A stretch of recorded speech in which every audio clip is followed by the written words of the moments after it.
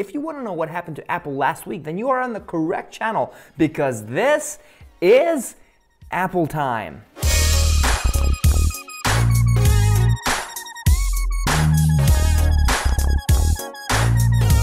Alright guys, welcome to Apple Time, where I sum up everything that happened to Apple last week. And in today's episode, I'm going to talk about, first and foremost, something very important.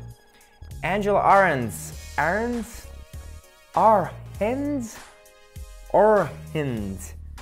resigned, or maybe she was fired. No one really knows. She was the senior vice president of retail for Apple. She was in charge of all the Apple stores around the world. Now she will no longer be with Apple from April. So she's still sticking around for a couple of months, but she is going. Now, she was the one who was responsible for the rebranding of the Apple stores. Now they're not Apple stores, they're just Apple. And you have the town hall and all that kind of bullshit in Today in Apple and everything. She did a lot of work. She had some ups and downs.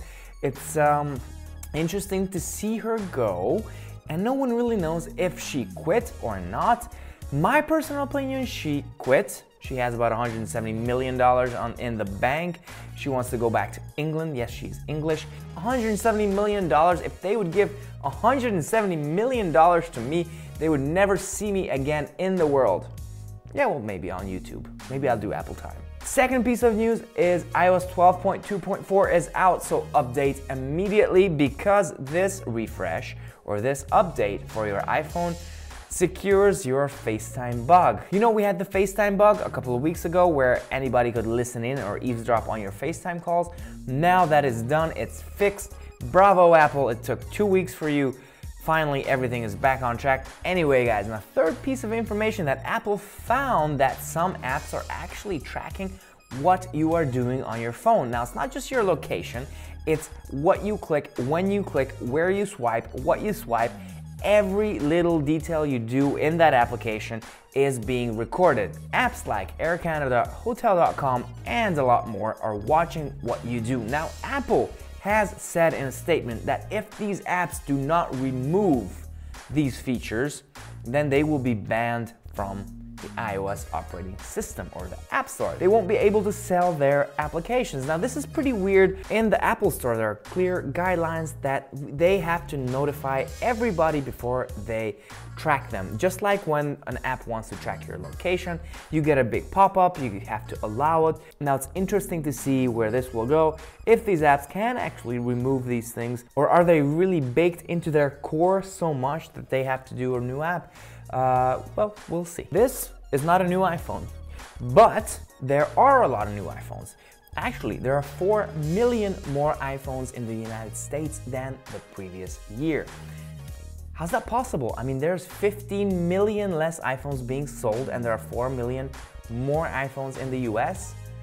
Yeah, people are buying iPhones. Maybe not the newest ones, maybe iPhone 6s or 7s or 8s, but there are a lot more activations. Actually, 4 million more iPhones have been activated than the previous year. So Apple is really good. They're selling less phones, and they're getting more activations. It's just like the campaign when it was like, it's bigger but smaller. Remember, it was, I think it was the iPhone 5 that was with that commercial.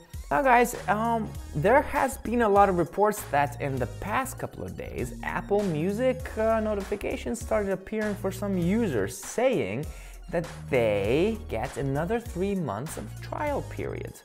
Now, I have actually used my trial period, and then I started using Apple Music, but then I'm not using Apple Music anymore. A lot of people are getting notifications, are getting an extra 3 months of trial period. So if you have not tried it, or if you've tried it before, didn't like it, then maybe it's time you give it a shot again, because Apple is rolling out the second 3 terms of the trial period. 2 tidbits of information. The 2019 iPhone won't have a USB-C charger, nor will it have the power adapter for it. It'll have the standard 5-watt power adapter. It won't have a higher capacity, a fast charging kit, nothing.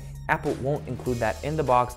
They will still continue to sell the same charging brick that they have done in the past couple of years, and they will go on that way. And the second information regarding this is that iPhone cycles, upgrade cycles, are estimated to be every 4 years. So you buy your iPhone and you upgrade every 4 years. That's why Apple is going 10, 10s, 11, 11s, and then we'll get a new design, then we'll get USB-C, then we'll get everything new.